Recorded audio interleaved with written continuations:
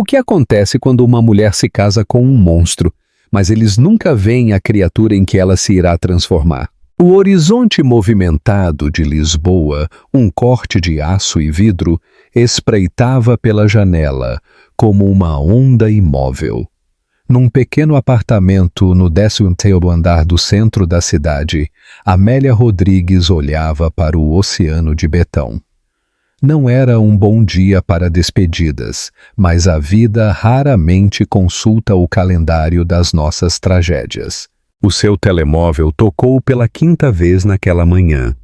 Era ele, Rodrigo da Cunha, um nome que há 2 anos soava a música quando ela ainda limpava o seu apartamento na exclusiva zona da Lapa, mas que agora se cravava na sua garganta como um espinho. "Quero que te vás embora antes do final do dia", ele disse quando ela atendeu. A sua voz era metálica, desprovida de emoção. "Enviei um motorista. Ele está à tua espera lá embaixo. Ele vai levar-te para onde quiseres ir." Rodrigo, eu sei que tens medo, mas precisamos de falar sobre isto. A voz de Amélia era surpreendentemente firme para alguém que tinha chorado a noite toda. "Estou grávida. São teus filhos."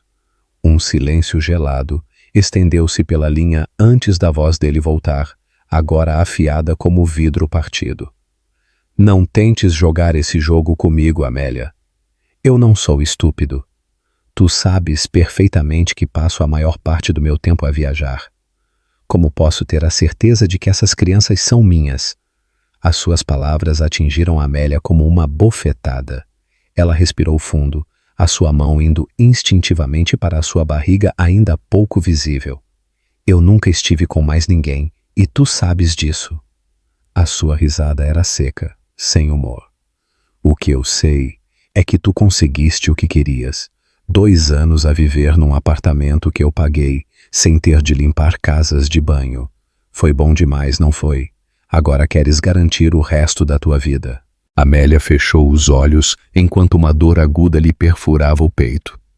Como podia ele esquecer tão facilmente as confidências sussurradas na penumbra, as promessas trocadas em almofadas, os "amo-te" murmurados entre beijos?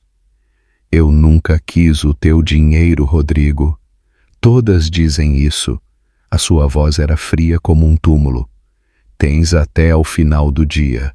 O motorista vai levar-te para onde quiseres, com uma condição: para longe de mim." A chamada terminou. Amélia ficou a olhar para o telemóvel, como se ele pudesse oferecer alguma resposta ao colapso do seu mundo. O ruído da cidade continuava lá fora, indiferente. Buzinas, sirenes, o constante burburinho de milhões de vidas que seguiam em frente enquanto a sua se desmoronava. A campainha tocou. Era o motorista, um homem de meia idade com olhos cansados que evitava olhá-la diretamente. Ele esperou no corredor enquanto Amélia juntava as poucas coisas que possuía. Algumas roupas, um caderno com poemas, uma pequena caixa de madeira com fotografias e o teste de gravidez positivo que tinha mudado tudo. Ela desceu com ele para o estacionamento. Um elegante sedã preto, com vidros fumados. A cidade de Lisboa passava velozmente do outro lado do vidro. A imponente Avenida da Liberdade, a Praça do Marquês de Pombal, com as suas luzes deslumbrantes. A melancolia cinzenta daquela tarde de inverno parecia feita à medida para o seu coração partido. "Para onde, menina?" perguntou o motorista, quebrando o silêncio. "Para onde?" A pergunta ecoou na mente de Amélia como um grito num abismo. Ela não tinha família na cidade. Os seus pais tinham morrido num acidente quando ela estava no liceu, e a tia que a criou tinha falecido 2 anos antes. Os seus poucos amigos eram do círculo de Rodrigo. Socialites, magnatas de negócios, modelos, pessoas que com certeza já estariam a apagar o seu número. "Pode deixar-me na estação central." Isso foi tudo o que ela conseguiu dizer. O motorista assentiu. Quando chegaram, ele tentou entregar-lhe um envelope. "O senhor da Cunha pediu para lhe dar isto. Amélia olhou para o envelope branco, a imaginar quanto a sua dignidade valia na estimativa de Rodrigo. Devolva-o. Diga-lhe que eu não estou à venda. O motorista pareceu constrangido, mas guardou o envelope no bolso. Quando Amélia saiu do carro com a sua pequena mala, ele murmurou algo que soou a boa sorte, mas que poderia ter sido apenas o vento. A estação central era um formigueiro humano. Gente a ir e vir, abraços de despedida, sorrisos de chegada. Amélia caminhou sem rumo entre as plataformas, sentindo-se invisível no meio do caos. Ela não tinha dinheiro suficiente para ir muito longe. Não tinha nenhum plano. Ela sentou-se num banco de pedra fria e observou a multidão à sua frente. Famílias, amantes, pessoas solitárias como ela, pessoas com destinos, com propósito. Pela primeira vez desde que recebeu a notícia da sua gravidez, Amélia permitiu-se chorar em público, lágrimas silenciosas a escorrer-lhe pelo rosto, enquanto a cidade batia, indiferente à sua dor. Foi então que ela sentiu uma mão leve no seu ombro. Levantou a cabeça, encontrando o rosto amável de uma idosa, com o cabelo grisalho preso num coque, a vestir o que parecia ser um simples hábito religioso. "Está tudo bem, minha querida." A voz era suave, com um ligeiro sotaque que Amélia não conseguiu identificar. "Sim, eu só..." Ela tentou sorrir, mas os seus lábios tremeram. A mulher sentou-se ao seu lado sem pressa, como se tivesse todo o tempo do mundo. "Sabes, por vezes o mundo parece um lugar tão grande e solitário, não parece? Especialmente quando carregamos um peso que mais ninguém pode ver." Amélia olhou para ela, espantada. Como podia esta estranha parecer entender tão bem o que se estava a passar no seu coração? "O meu nome é Irmã Inês. Eu estou a voltar para o refúgio de Santo Antônio, no centro." Ela sorriu. "Se não tens para onde ir, talvez te possas juntar a nós para uma refeição quente." "Ai, eu estou grávida." As palavras escaparam antes que Amélia as pudesse conter. "E sozinha?" A irmã Inês não demonstrou qualquer julgamento. Simplesmente apertou a mão de Amélia ligeiramente. "Então, há duas vidas que precisam de um refúgio. Mais uma razão para vires comigo." Naquela tarde fria de inverno em Lisboa, enquanto o céu se fechava a anunciar chuva, Amélia Rodrigues permitiu-se ser guiada por uma estranha que lhe oferecia não apenas abrigo, mas algo de que ela precisaria desesperadamente nos anos seguintes: esperança. O que você faria no lugar de Amélia? Confiaria numa estranha no seu pior momento ou manter-se-ia na defensiva? A nova vida de uma mãe solteira. O refúgio de Santo Antônio, um austero edifício de tijolos aninhado entre estruturas modernas, num bairro tranquilo do centro, tornou-se o improvável refúgio de Amélia. Não era luxuoso como o apartamento na Torre Metropolitana, muito menos como o apartamento de Rodrigo na Lapa. Mas havia uma serenidade dentro daquelas paredes grossas que bloqueava o constante rugido da cidade. "Podes ficar no quarto de trás, ao lado da biblioteca", explicou a irmã Inês, a guiá-la por corredores de chão frio. "É pequeno, mas tem uma janela que dá para o jardim. De manhã é o primeiro lugar onde o sol bate." O quarto era de fato minúsculo. Uma única cama, uma mesinha de cabeceira, um armário simples e uma cadeira de madeira ao lado da janela. Mas estava limpo e, como prometido, a janela emoldurava um pequeno jardim interno onde as cerejeiras estavam a começar a florir. As refeições eram servidas na cozinha. Café às 6, almoço às 12, jantar às 6. "Ah!" A freira sorriu. "Não temos regras rígidas para os visitantes, mas agradecemos a colaboração na manutenção do espaço." Todos contribuem como podem. Durante as primeiras semanas, Amélia falou pouco. Passava horas sentada no pequeno banco de pedra do jardim, a observar os pássaros que vinham alimentar-se das sementes que as irmãs espalhavam todas as manhãs. À noite, deitada na cama estreita, ela sentia os primeiros movimentos da vida que crescia dentro dela. Não eram as lágrimas que a visitavam durante essas horas, mas sim uma estranha sensação de determinação. Uma tarde de domingo, quando ela estava há 2 meses no refúgio, Amélia encontrou um homem de cabelo branco e sorriso amável na biblioteca. Ele estava a organizar livros, a separá-los por categorias. Deve ser a Amélia. Ele estendeu a mão. Eu sou o Padre Miguel. Venho aqui todas as quintas-feiras e domingos para a missa, e por vezes para pôr em ordem esta biblioteca. As irmãs são maravilhosas, mas a organização não é propriamente o forte delas.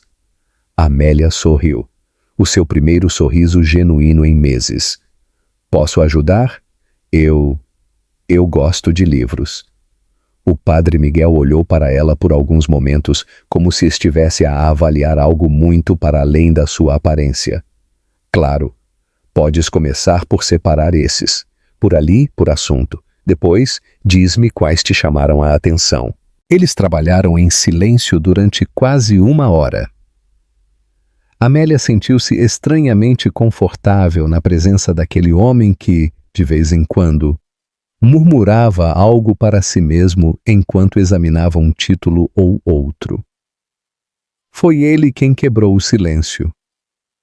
A irmã Inês contou-me um pouco sobre ti. Ela disse que és inteligente e observadora. Ele fechou o livro que estava a examinar. Ela também mencionou que esperas gêmeos. Amélia instintivamente colocou a mão na sua barriga, agora visivelmente saliente sob o seu vestido simples. Sim, o médico da clínica confirmou na semana passada. E o que planeias fazer depois de eles nascerem? A pergunta a apanhou de surpresa. Ela não tinha pensado muito para além do amanhã desde que tinha chegado ao refúgio. Não sei.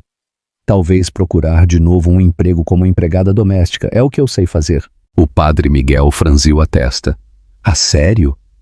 E todos estes livros de filosofia e literatura que tu separaste com tanto cuidado? E as notas que eu te vi tirar no outro dia enquanto estavas no jardim? Amélia sentiu o seu rosto acorar. São só pensamentos. Eu sempre gostei de ler e escrever, mas nunca tive a oportunidade de estudar para além do liceu. Eu precisava de trabalhar. O sacerdote assentiu pensativamente. Sabes, Amélia, há bolsas de estudo disponíveis. Eu conheço algumas pessoas na Universidade de Lisboa. Se estiveres interessada, posso fazer alguns telefonemas. Ela olhou para ele, incrédula. Universidade? Mas eu vou ter 2 bebés. Como é que eu podia estudar? Com dificuldade, certamente.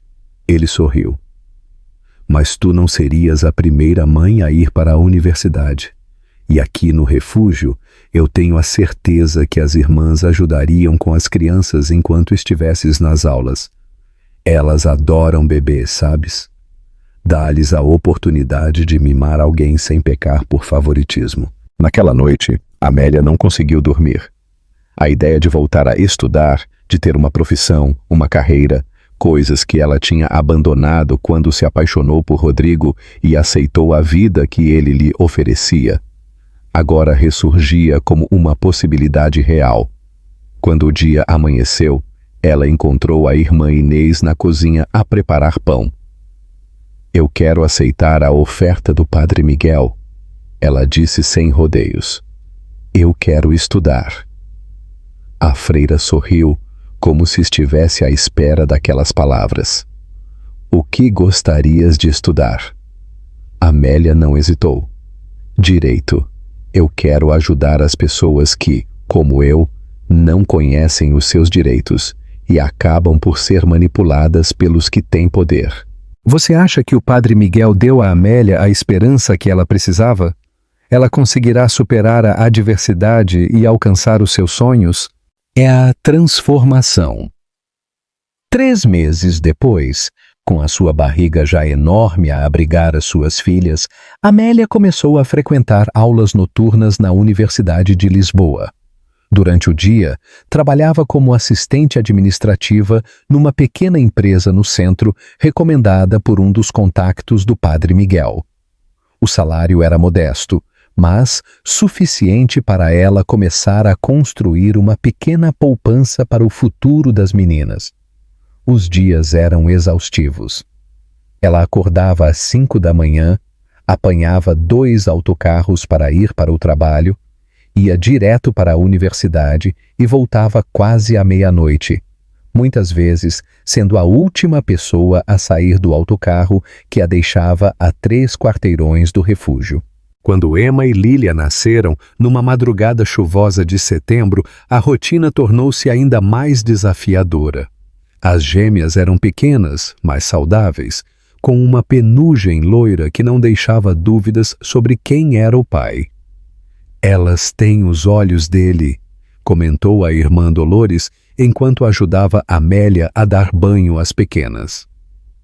3 dias depois de dar à luz, esse azul tão claro como um pedaço de céu, Amélia observou as suas filhas, tão semelhantes a Rodrigo na cor, mas com algo inegavelmente seu na forma dos seus rostos, na curva dos seus lábios.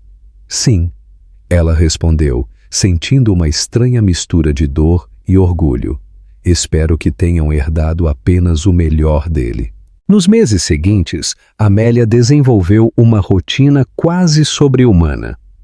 As irmãs revezavam-se a cuidar das meninas enquanto ela trabalhava e estudava. Nos intervalos entre as aulas, ela extraía leite que era armazenado no pequeno frigorífico do refúgio. Nos fins de semana, ela recuperava o tempo perdido com as suas filhas, a cantar para elas, a ler-lhes histórias, a memorizar cada pequeno desenvolvimento. Foi durante este período que ela começou a escrever artigos para o jornal da universidade, a analisar casos de discriminação e violações dos direitos laborais. O seu primeiro artigo, sobre empregadas domésticas que viviam em condições de escravidão em mansões em Lisboa, chamou a atenção de professores e colegas. No seu 2º ano de universidade, ela conseguiu um estágio num pequeno escritório de advogados especializado em causas sociais. A remuneração era ainda menor do que o seu trabalho anterior, mas a experiência valia o sacrifício. Todos os dias, ela enfrentava o caos dos transportes públicos da cidade, muitas vezes a estudar de pé, a equilibrar livros e cadernos enquanto o autocarro balançava sobre os carris enferrujados. Numa tarde particularmente difícil, quando ela tinha acabado de receber a notícia de que as gêmeas tinham febre no refúgio, Amélia encontrou-se no autocarro apinhado, com lágrimas silenciosas a correr-lhe pelo rosto enquanto ela tentava abrir caminho para sair na estação central. Foi então que ela sentiu alguém a agarrar o seu braço. "Está tudo bem?" Era uma mulher de meia-idade, com cabelo encaracolado e grisalho, óculos de aro colorido e um fato bem cortado que sugeria uma alta posição profissional. "Sim, eu só preciso de chegar a casa. As minhas filhas estão doentes." A mulher assentiu, compreendendo. "Venha, eu estou no carro. Posso dar-lhe uma boleia." Em circunstâncias normais, Amélia nunca aceitaria uma boleia de uma estranha, mas havia algo na expressão daquela mulher que inspirava confiança. "Eu sou a Vitória Lemos." Ela se apresentou enquanto caminhavam para o estacionamento. "Advogada, eu via no outro dia nos tribunais a carregar uma pilha de arquivos." "Estágio?" "Sim, no Mendes e Associados." Amélia hesitou. Eu sou Amélia Rodrigues. Estou no meu 3º ano de Direito na Universidade de Lisboa. Vitória sorriu, a abrir a porta de um Volvo prateado. Universidade de Lisboa. Excelente universidade. Onde é que vives? No Refúgio de Santo Antônio, no centro. A advogada levantou as sobrancelhas, surpresa, mas não fez perguntas. Durante a viagem, elas falaram sobre casos legais, professores em comum, a rotina dos tribunais. Quando chegaram ao refúgio, Vitória entregou-lhe um cartão. Se precisares de ajuda ou se estiveres à procura de um lugar melhor para fazer o teu estágio, liga-me. Nós precisamos sempre de mentes afiadas no nosso escritório. Amélia olhou para o cartão impressionada. Vitória Lemos era uma sócia fundadora de um dos escritórios de advogados mais respeitados de Lisboa, especializado em direitos humanos e causas laborais. Obrigada. Foi tudo o que ela conseguiu dizer antes de correr para dentro, ansiosa por ver as suas filhas. Naquela noite, enquanto ela embalava Emma e Lília, já sem febre, graças aos cuidados das irmãs, Amélia contemplou o cartão de Vitória. Era como se uma porta tivesse sido aberta, não apenas para uma oportunidade profissional, mas para uma vida que ela mal se atrevia a sonhar. O caminho seria longo e árduo, mas pela primeira vez desde que foi expulsa por Rodrigo, Amélia sentiu que havia um horizonte para além da sobrevivência diária. Havia um futuro que ela própria estava a construir, tijolo a tijolo, página a página, noite após noite de estudo. Ao contrário do que tinha vivido antes, este futuro não dependia das promessas ou da generosidade de mais ninguém a não ser da sua. Você acha que o encontro com a Vitória foi uma coincidência ou um destino? O que Amélia fará com esta nova oportunidade? A colisão de mundos. O escritório de Vitória Lemos ocupava 3 andares de um edifício modernista na Avenida da República, o coração financeiro de Lisboa. No primeiro dia de Amélia como estagiária, a recepcionista, uma mulher elegante, com cabelo loiro platinado, olhou-a de cima a baixo com uma expressão que misturava curiosidade e dúvida. Amélia não a culpou. O seu vestido simples, comprado numa liquidação, e os seus sapatos gastos contrastavam com o mármore polido e as obras de arte contemporânea que decoravam o espaço. A doutora Lemos está à sua espera no 15º andar, gabinete 1502, informou a recepcionista, a entregar-lhe um cartão de identificação. O elevador é por ali, à direita. Ao entrar no escritório de Vitória, Amélia foi recebida com um sorriso caloroso. Bem-vinda, Amélia. Espero que estejas pronta para trabalhar duro. Eu não facilito para ninguém, muito menos para alguém com potencial. O novo estágio pagava 3 vezes mais do que o anterior, o que permitiu a Amélia alugar um pequeno apartamento de 2 quartos no bairro da Graça. Não era um lugar elegante. O edifício sem elevador mostrava claros sinais de desgaste e o barulho da autoestrada próxima invadia as janelas durante as horas de ponta. Mas era seu. O primeiro lar que ela podia chamar de seu desde que saiu da casa de Rodrigo. As gêmeas, agora com quase 3 anos, adaptaram-se rapidamente. A irmã Inês, que se tinha tornado uma espécie de avó para as meninas, ajudou a decorar o quarto delas com móveis doados e cortinas coloridas feitas à mão. Também foi ela quem encontrou uma creche comunitária perto do apartamento, onde as meninas podiam ficar durante o dia. "Vamos sentir a tua falta no refúgio", disse a freira na noite da mudança. "Mas este é o caminho certo. Tu construíste isto, Amélia, com o teu próprio esforço." Os meses seguintes foram de intensa aprendizagem. Vitória não exagerou quando disse que Amélia trabalharia duro. Amélia passava dias inteiros a analisar casos, a preparar relatórios, a assistir a audiências.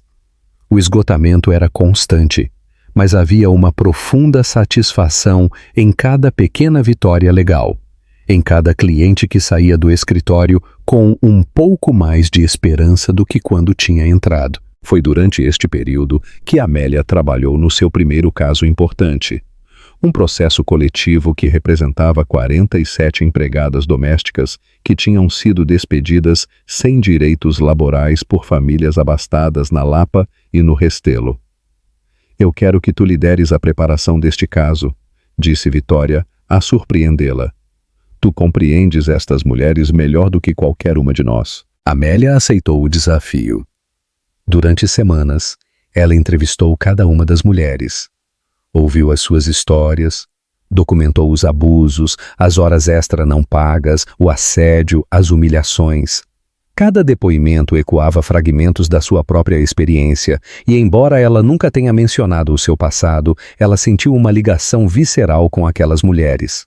O caso ganhou visibilidade mediática. O principal jornal do país publicou uma reportagem extensa, e outros meios seguiram o exemplo. Numa das audiências preliminares, a sala do tribunal estava cheia de jornalistas e estudantes de direito. Não deixes que a exposição te afete, aconselhou Vitória. Concentra-te no que importa, a justiça para estas mulheres.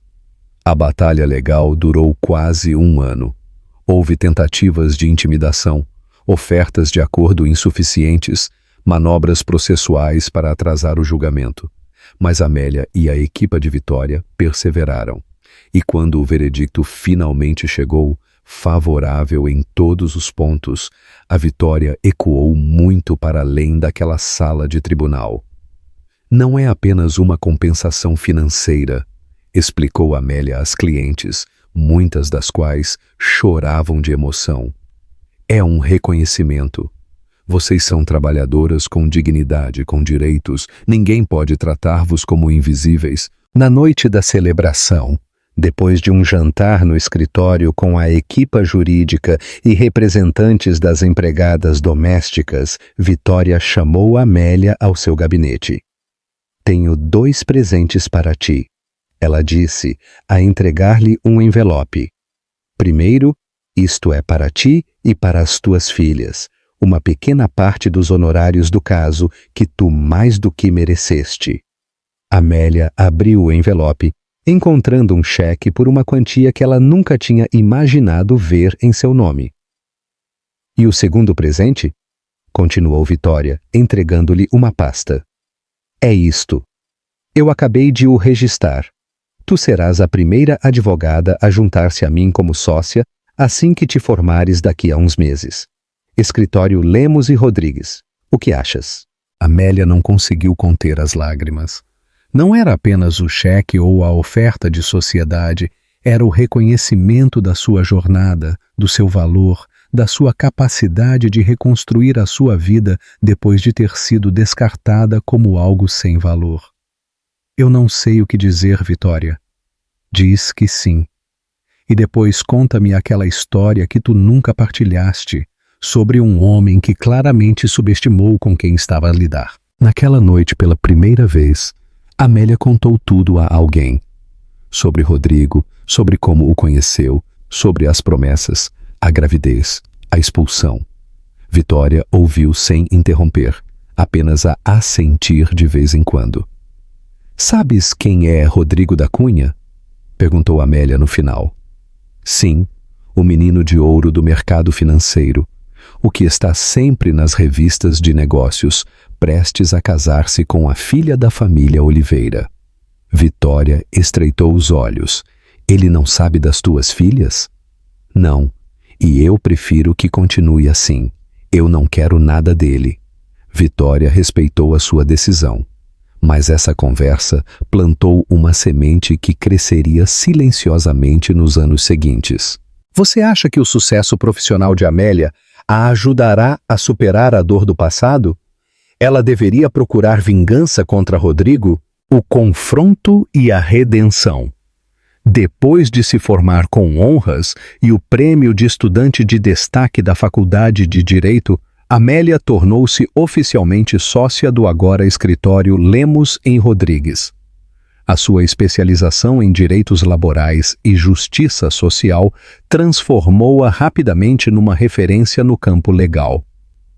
As gêmeas, agora com 6 anos, frequentavam uma boa escola privada graças aos crescentes rendimentos da sua mãe.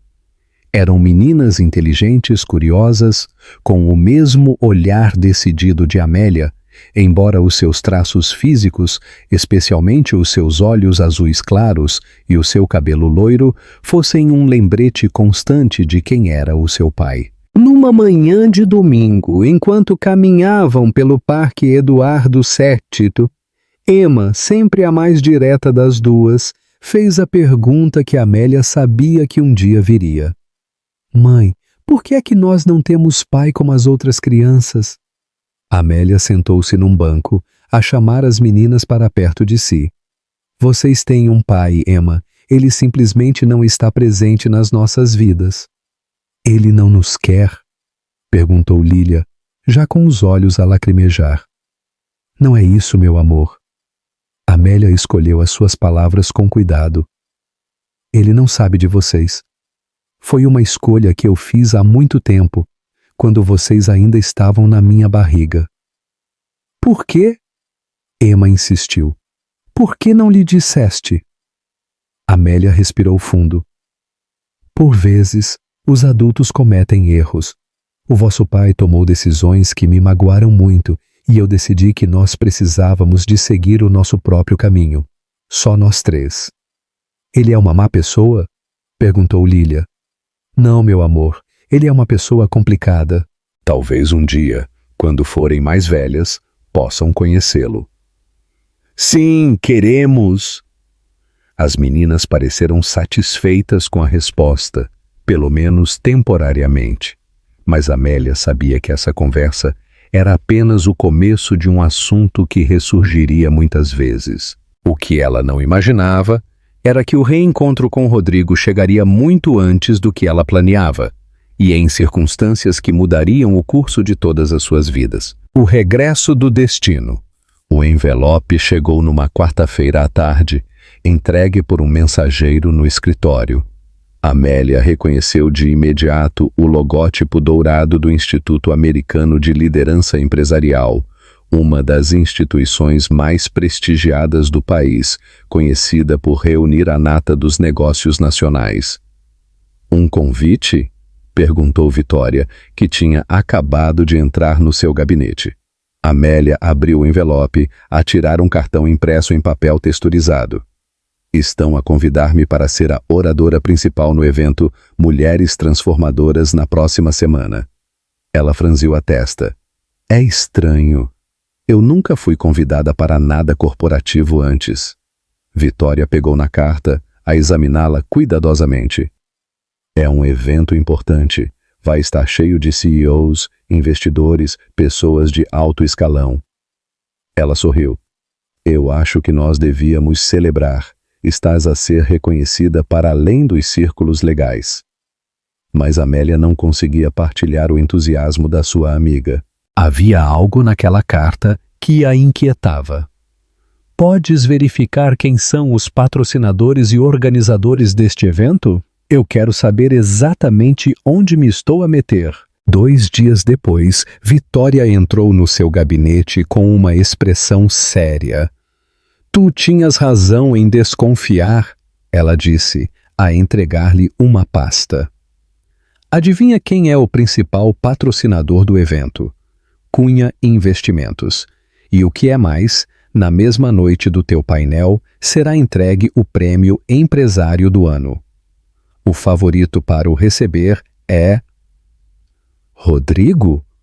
Amélia terminou sentindo um calafrio a percorrer-lhe a espinha. Isto não pode ser uma coincidência. Tu achas que ele descobriu sobre ti? Sobre as meninas? Amélia abanou a cabeça. Eu não sei, mas uma coisa é certa. Não foi por acaso que me convidaram. Durante os dias seguintes, Amélia debateu-se internamente. Ela podia recusar o convite, evitar o confronto, manter a sua vida e a das suas filhas protegidas da influência de Rodrigo. Mas havia também outra possibilidade. usar essa plataforma para falar sobre assuntos que realmente importavam, sobre a justiça, sobre a invisibilidade das mulheres vulneráveis, sobre a impunidade dos poderosos. Uma noite, depois de deitar as meninas, Amélia ligou para o padre Miguel, agora com quase 80 anos, mas ainda tão lúcido e sábio como no dia em que ela o conheceu. "O que te diz o teu coração?" ele perguntou, depois de ouvir o seu dilema. "Que eu devo ir, não por vingança ou confronto, mas porque eu ganhei o direito de estar lá, porque eu tenho algo de valioso para dizer." "Então tu já tens a tua resposta", respondeu o padre com a serenidade de quem vê para além das circunstâncias imediatas. "Apenas te lembra, quem procura vingança acaba por cavar duas covas, uma para o inimigo e outra para si mesmo." Na manhã seguinte, Amélia confirmou a sua presença no evento. Durante a semana seguinte, ela preparou meticulosamente o seu discurso. Ela não mencionaria Rodrigo diretamente, não exporia as suas filhas. Ela não transformaria aquele momento num espetáculo de revelações pessoais. Ela falaria do que realmente importava, a necessidade de um sistema econômico e legal mais justo que não descartasse as pessoas como objetos sem valor. Na noite do evento, o grande salão metropolitano na Avenida da Liberdade brilhava com luzes e glamour. Limusines e carros de luxo desfilavam na entrada a deixar diretores executivos, políticos e celebridades. Amélia chegou num táxi a usar um elegante fato azul marinho, um presente de Vitória que a acompanhou para lhe dar apoio moral. "Estás pronta?" perguntou a sua amiga e sócia, enquanto entravam no vestíbulo cintilante.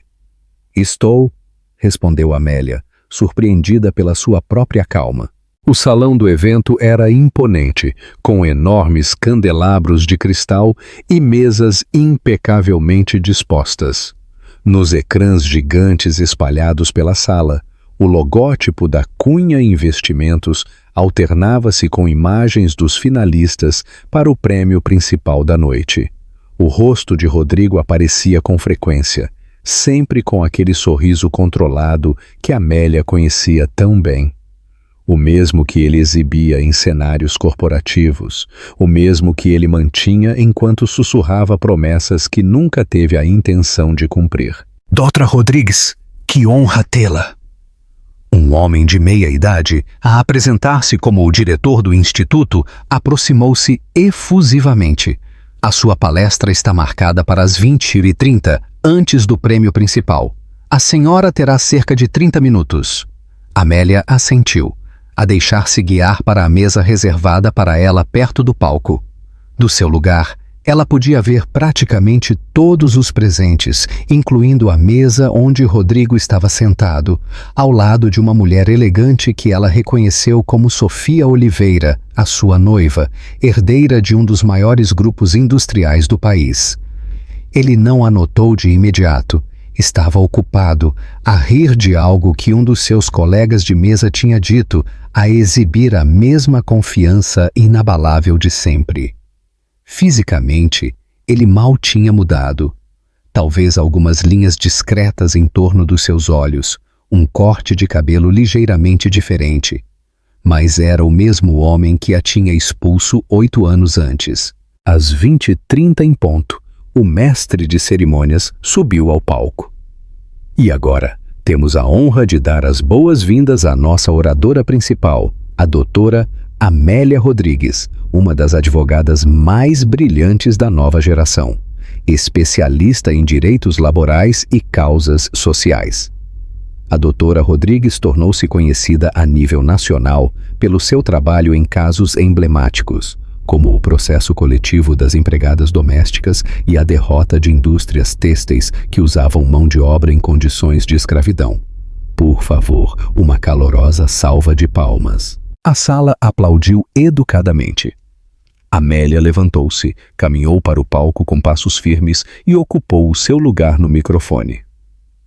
Foi nesse momento que os seus olhos se encontraram com os de Rodrigo. Por um instante, ele simplesmente a observou com uma curiosidade distante, como alguém que tenta localizar um rosto vagamente familiar. Depois, o reconhecimento atingiu-o como um relâmpago. Amélia viu o momento exato em que a cor fugiu do seu rosto, quando os seus olhos se arregalaram com a compreensão.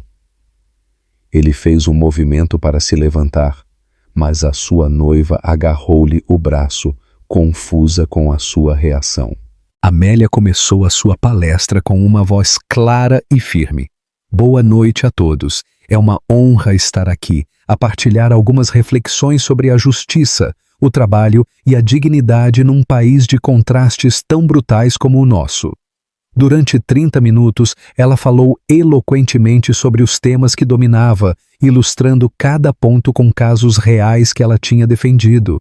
Ela falou de mulheres que perderam empregos quando ficaram grávidas, de empregadas domésticas tratadas como propriedade, da fragilidade de um sistema que protegia os poderosos e castigava os vulneráveis. Em nenhum momento ela olhou diretamente para Rodrigo, embora pudesse sentir os olhos dele fixos nela, como se ele estivesse a tentar conciliar a mulher segura no palco com a jovem assustada que ele tinha despedido anos antes. Para concluir, Amélia disse, a aproximar-se do final do seu discurso, eu gostaria de partilhar uma reflexão pessoal. Há 8 anos, eu era uma dessas mulheres invisíveis. Eu trabalhava como empregada doméstica. Sonhava com um futuro melhor. Acreditava nas promessas de um mundo que não foi feito para pessoas como eu. Quando eu fiquei grávida, fui descartada como algo sem valor. Eu dormi em bancos de jardins. Eu passei fome. Eu quase perdi a esperança. Mas eu encontrei ajuda onde eu menos esperava. Num refúgio, com irmãs que me acolheram sem julgamento, com um sacerdote que me encorajou a estudar, com professores que acreditaram nas minhas habilidades e, principalmente, com as minhas filhas, que são a minha força todos os dias. A sala estava num silêncio absoluto. Alguns dos presentes moveram-se desconfortavelmente nas suas cadeiras. Outros olharam para baixo, a evitar o confronto com aquela realidade crua. Mas Amélia continuou, a sua voz mais suave, mas não menos poderosa. As minhas gêmeas, Emma e Lília, são o melhor presente que a vida me deu. Elas são a prova de que por vezes precisamos de perder tudo para descobrir do que somos verdadeiramente capazes. Nesse momento, para a surpresa de todos, incluindo a sua, as portas laterais do salão abriram-se. A irmã Inês entrou a segurar a mão de 2 meninas de 8 anos, idênticas, com vestidos azuis simples e cabelo loiro preso em tranças. As gêmeas tinham insistido em assistir à palestra da sua mãe, e a freira, depois de consultar Vitória, tinha decidido fazer uma surpresa. Os olhos de todos na sala voltaram-se para as recém-chegadas, que caminharam timidamente para se sentarem ao lado de Vitória. Rodrigo, paralisado, olhou das meninas para Amélia, e vice-versa, a compreensão dolorosa visível no seu rosto. Ele fez um gesto para se levantar de novo. Obrigada pela vossa atenção, concluiu Amélia, a sua voz ligeiramente trêmula pela surpresa. E que nós construamos um país mais justo, onde ninguém precise de escolher entre a dignidade e a sobrevivência. O público irrompeu em aplausos. Muitos levantaram-se, tocados pela combinação de competência profissional e história pessoal. Amélia desceu do palco e foi diretamente para onde as suas filhas estavam, a abraçá-las com força. Tu estiveste ótima, mãe! Exclamou Emma com orgulho. Todos te estavam a ouvir com tanta atenção, comentou Lília, a olhar à sua volta, fascinada pelas luzes e pela elegância do ambiente. Foi então que Amélia sentiu uma presença atrás dela. Ela virou-se lentamente, a saber exatamente quem iria encontrar.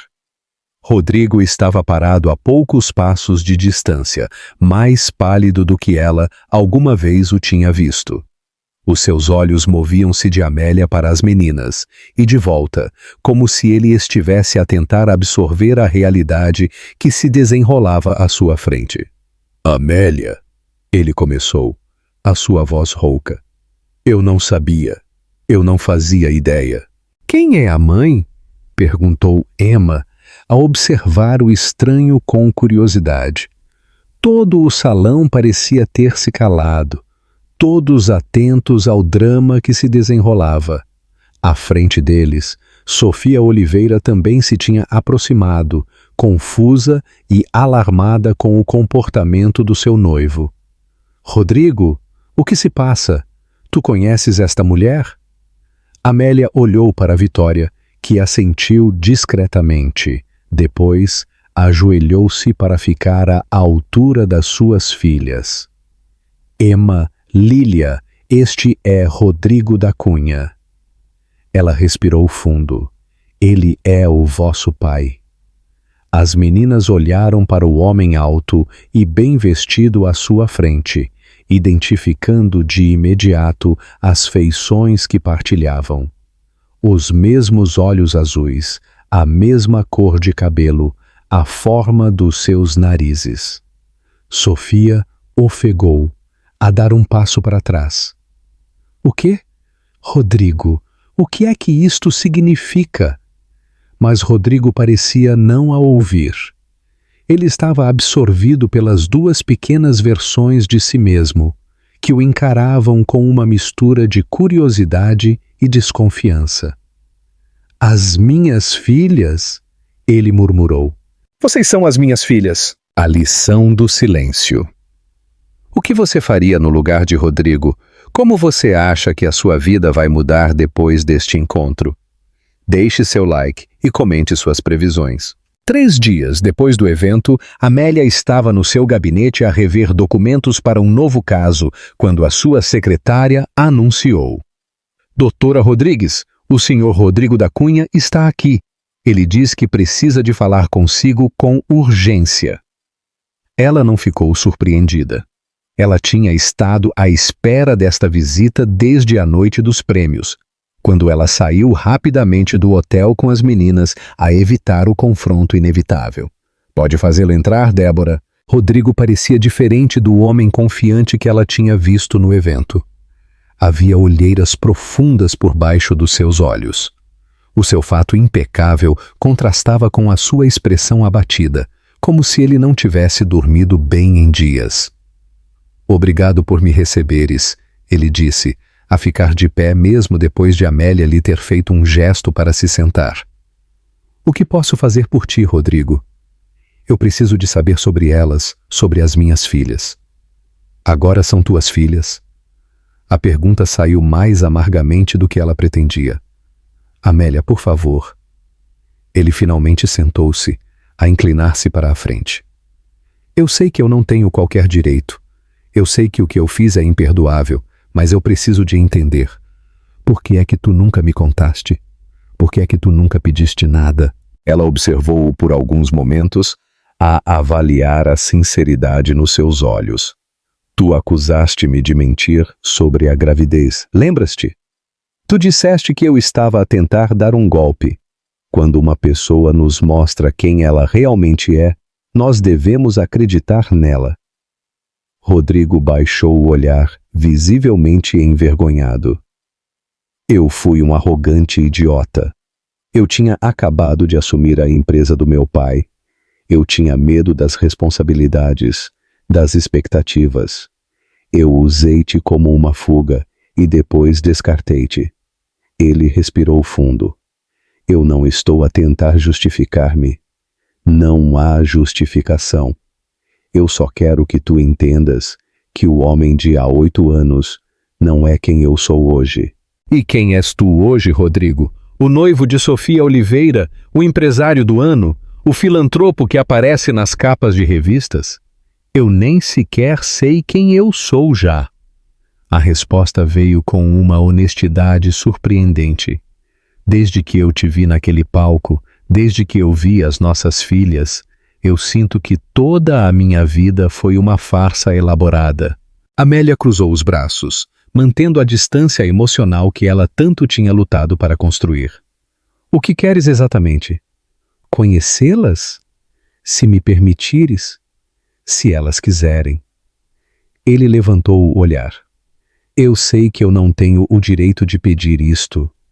Eu sei que tu as criaste sozinha, que tu construíste uma vida admirável do nada, enquanto eu continuava com a minha existência privilegiada. Amélia não respondeu de imediato. Durante anos ela tinha imaginado este momento. Rodrigo a descobrir as filhas, a implorar por perdão, a oferecer dinheiro para comprar o tempo perdido. Mas a realidade era mais complexa do que as suas fantasias. Não é apenas a minha decisão, ela disse finalmente. A Emma e a Lília têm 8 anos. Elas são inteligentes e sensíveis. Se elas quiserem conhecer-te, eu não as vou impedir. Mas será nos meus termos, no tempo delas. É mais do que eu mereço, ele respondeu com um alívio genuíno na sua voz. E a Sofia? Como é que ela reagiu a tudo isto? A expressão de Rodrigo escureceu. O noivado está cancelado. Ela não conseguiu lidar com o fato de eu estar a esconder algo tão sério. Amélia assentiu, sem mostrar surpresa ou satisfação. Eu lamento por isso. Não lamentes, ele abanou a cabeça. Era mais um casamento de conveniência do que de amor. Alianças de negócios. Tu sabes como funciona.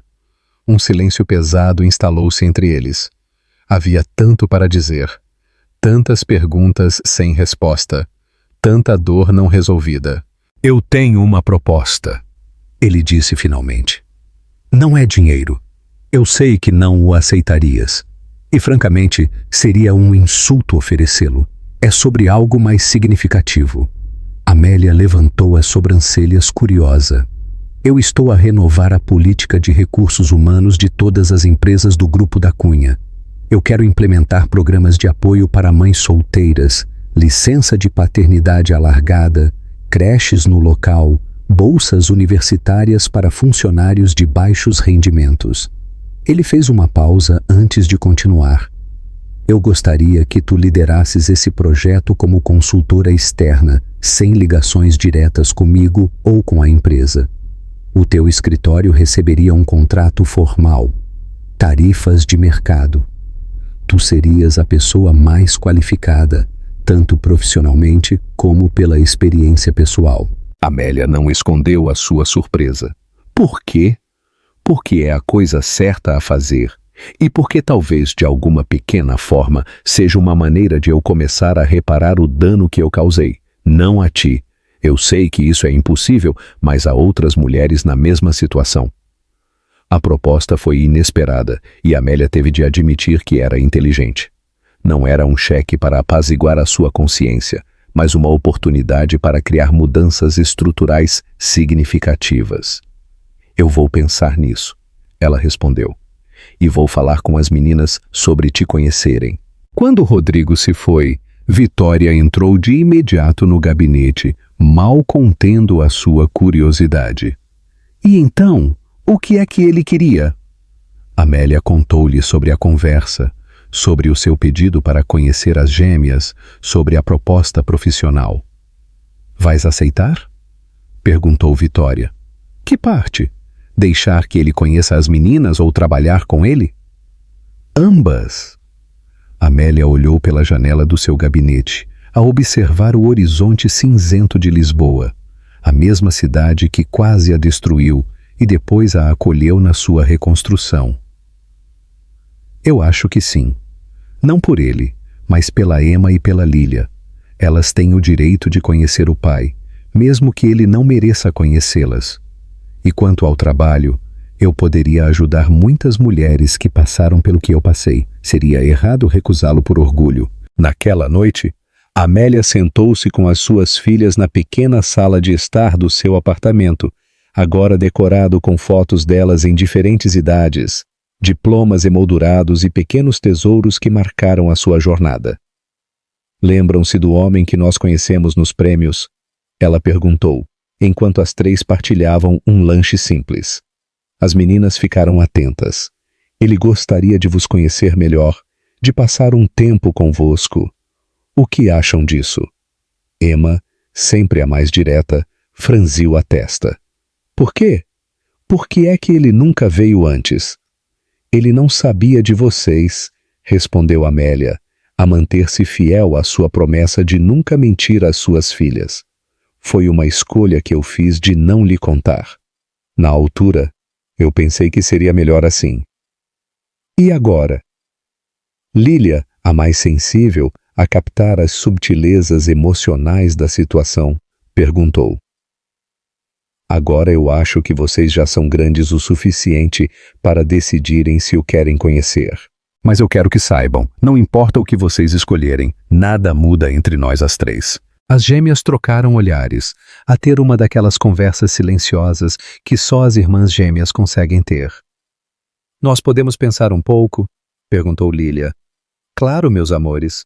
Tirem o tempo que precisarem. Você acha que a decisão de Amélia de deixar Rodrigo conhecer as meninas é a correta? O que você acha que vai acontecer no primeiro encontro, 2 semanas depois, num domingo de sol? O primeiro encontro. A redenção lenta. 2 semanas depois, num domingo de sol, Amélia levou as meninas para o Parque Eduardo VII indo para o primeiro encontro com Rodrigo. Elas escolheram um local público e neutro, onde as meninas se sentissem seguras e confortáveis.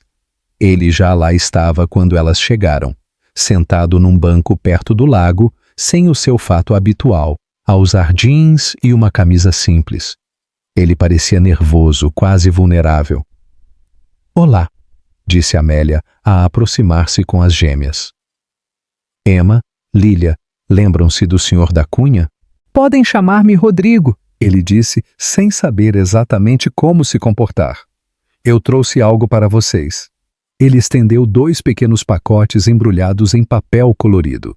As meninas olharam para Amélia, que assentiu discretamente, a permitir-lhes aceitar. Dentro de cada caixa havia um delicado colar de prata, com um pendente de lua crescente. São bonitos, disse Lília, sempre educada. Eu gosto do meu, admitiu Emma, mais relutante em mostrar entusiasmo. Eram da minha avó, ele explicou. Ela costumava dizer que a lua está sempre lá, mesmo quando nós não a conseguimos ver, assim como as pessoas que amamos. O primeiro encontro foi breve e desajeitado. Rodrigo tentou fazer perguntas sobre a escola, sobre o que elas gostavam de fazer, sobre os seus sonhos. As respostas foram monossilábicas no início, mas gradualmente as meninas começaram a abrir-se. Antes de se despedirem, Emma, a mais direta, perguntou: Tu vais ser o nosso pai agora? A sério? Rodrigo olhou para Amélia, sem saber como responder. Eu gostaria muito de estar presente nas vossas vidas, se vocês me permitirem, ele disse finalmente. Mas eu sei que isso leva tempo. Eu entendo se vocês precisarem de ir devagar. À medida que os meses passavam, os encontros tornaram-se mais frequentes. Rodrigo conheceu o padre Miguel e a irmã Inês, figuras essenciais na vida das meninas. Ele falou longamente com Vitória, que no início se mostrou extremamente protetora com Amélia e as gêmeas. Pouco a pouco, ele ganhou um lugar na vida das suas filhas, não como um substituto para a incrível mãe que elas tinham, mas como uma presença complementar. O projeto para reestruturar as políticas laborais do Grupo da Cunha progrediu sob a consultoria de Amélia. Ela recusou-se a participar em eventos ou fotos para publicidade, a insistir que o foco devia estar nas políticas, não nela ou na sua história pessoal com Rodrigo. Eu não quero que isto se torne um espetáculo de redenção para a tua imagem pública, ela disse com firmeza. Se vamos fazê-lo pela razão certa. E Rodrigo, para sua surpresa, concordou.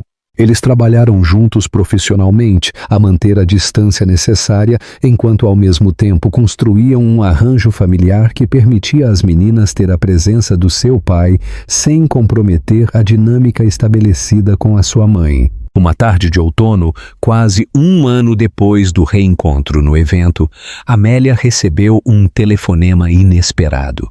Era uma proposta para liderar o departamento legal de uma grande organização internacional de direitos humanos com sede em Lisboa.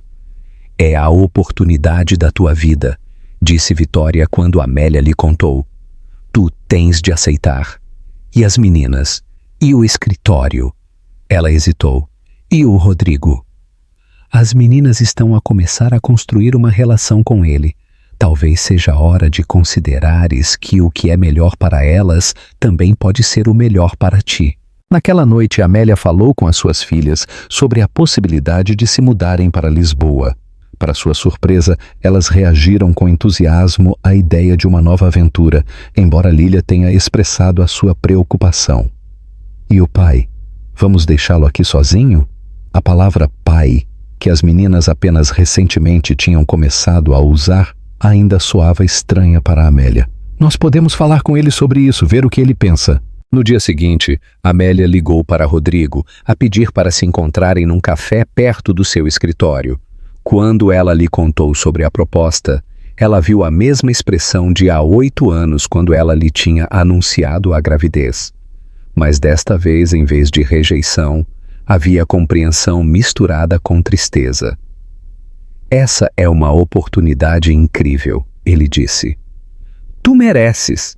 As meninas merecem ver o mundo, ter todas as oportunidades. Elas estão preocupadas contigo", admitiu Amélia, "por causa da ideia de te deixar." Rodrigo sorriu, um sorriso genuíno que ele raramente mostrava em público. "Isso significa muito para mim, mais do que eu posso expressar." Ele fez uma pausa. "Eu posso fazer visitas frequentes, e durante as férias escolares, talvez elas possam vir passar tempo comigo aqui. Tu apoiarias a nossa mudança, Amélia?" Ele hesitou, depois acrescentou: "Além disso, o escritório do Grupo da Cunha em Lisboa precisa urgentemente de uma revisão das suas políticas laborais. Seria uma coincidência conveniente ter a nossa consultora legal por perto, não achas?" Amélia não conseguiu evitar sorrir. Era tão típico de Rodrigo encontrar uma solução de negócios para um assunto pessoal. 3 meses depois, numa ensolarada manhã de primavera, um táxi parou em frente ao pequeno edifício da Graça, onde Amélia e as meninas tinham construído o seu primeiro lar verdadeiro. As malas estavam prontas. O apartamento de Lisboa, já mobilado, esperava por elas. Para a surpresa de Amélia, não só Vitória e as irmãs vieram despedir-se. Um pequeno grupo formou-se no passeio. O padre Miguel, agora numa cadeira de rodas, mas com os olhos tão vivos como sempre. Os seus colegas do escritório, alguns vizinhos que se tinham tornado amigos. E Rodrigo, a manter uma distância respeitosa, a deixar que os outros tivessem a prioridade nas suas despedidas. Quando finalmente foi a sua vez, ele aproximou-se de Amélia, enquanto as meninas se instalavam no táxi. "Obrigado", ele disse simplesmente. "Por quê?" "Por não me teres permitido ser apenas a pior versão de mim mesmo." Ele olhou para as meninas no táxi, que acenavam animadamente. "Tu podias ter me odiado para sempre. Terias todo o direito." "Mas tu escolheste um caminho mais difícil. Não foi por ti", respondeu Amélia honestamente. "Foi por elas e por mim. Carregar o ódio é um fardo demasiado pesado." Rodrigo assentiu, compreendendo. "Vocês os 3 ensinaram-me mais sobre a coragem e a dignidade do que eu aprendi em toda a minha vida nos círculos do poder." Amélia entrou no táxi, a trocar um último olhar com o homem que uma vez a tinha feito acreditar que ela não valia nada e que agora a via partir com um respeito genuíno. Enquanto o veículo se afastava, Emma, sempre observadora, comentou: "Ele parecia triste." Ele vai ficar bem? Perguntou Lília. Ele vai, respondeu Amélia, a abraçar as suas filhas. E nós também. E o táxi virou a esquina, a deixar para trás não apenas entes queridos, mas todo um passado de dor, luta e, finalmente, redenção. À sua frente, o aeroporto, um voo transatlântico e a próxima página de uma história que Amélia Rodrigues tinha decidido escrever segundo as suas próprias regras. Uma história onde ela não era uma vítima, nem uma vingadora, nem sequer uma sobrevivente. Ela era simplesmente a protagonista da sua carreira, da sua dignidade e, acima de tudo, do seu coração inquebrável. Conclusão e chamada à ação. O que você achou do final desta história? Você acredita que Rodrigo realmente mudou ou ele apenas tentou limpar a sua consciência? Deixe seus comentários abaixo e compartilhe suas previsões sobre o futuro de Amélia e suas filhas em Lisboa. Não se esqueça de se inscrever no canal, deixar seu like neste vídeo e compartilhá-lo para que mais pessoas possam ser inspiradas por esta incrível história.